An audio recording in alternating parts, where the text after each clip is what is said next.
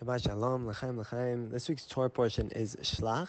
It contains one of the more famous stories, which is of the spies that Moshe sends to go and view and see the land of Israel. And they come back with a negative report of the land, saying they don't want to go, that we shouldn't go into Israel. And all the Jews fall into a panic. It also contains the mitzvah to wear tzitzit.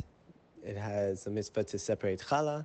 And it also has some laws about korbanot, that when we come into the land and we, go to the mikdash, that we're going to offer up these korbanot. And what I wanted to focus on was a teaching that I read from the Baal Shem Tov that I found very powerful and inspiring. He said, and this is mixed with something I learned from Rabbi Y.Y. Jacobson. Rabbi Y.Y. Jacobson says that when a tzaddik goes to a place, they can receive the energy of that place. They could feel, the Torah and Tefillah that was learned and, davened in that place, and they're able to use it for good.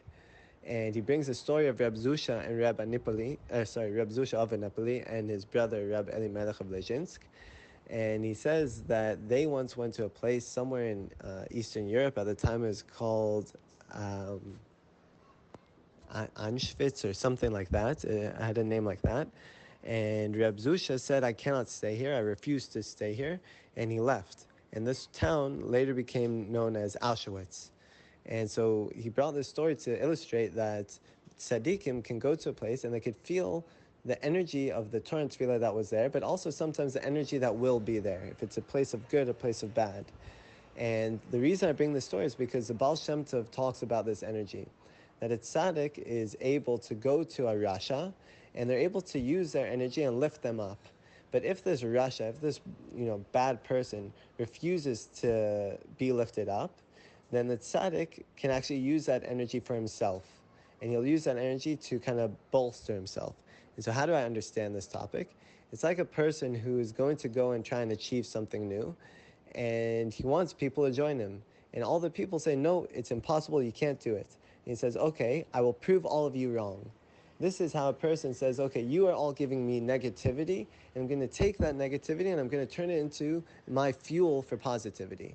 And I think that is a hallmark and a theme of this week's Torah portion of Shlach, that we as Jews are tasked with taking the negativity in the world and changing it into good. We have also the Kabbalists speak of our job in this world as birur, as refinement, that we come down here and we take these coarse sparks, coarse objects and things, and we make them into vessels for holiness. We use them for mitzvot. And so in a personal sense and in a sense of self-esteem, that is our job in this world. And especially now with what's going on in the world, where we're seeing an overabundance of negativity, it's our job to push back and to bring positivity by using this as fuel to go forward. So may we all merit to see the negativity in the world, to refine it, to raise it up to Hashem, and to use it for positivity. Shabbat Shalom.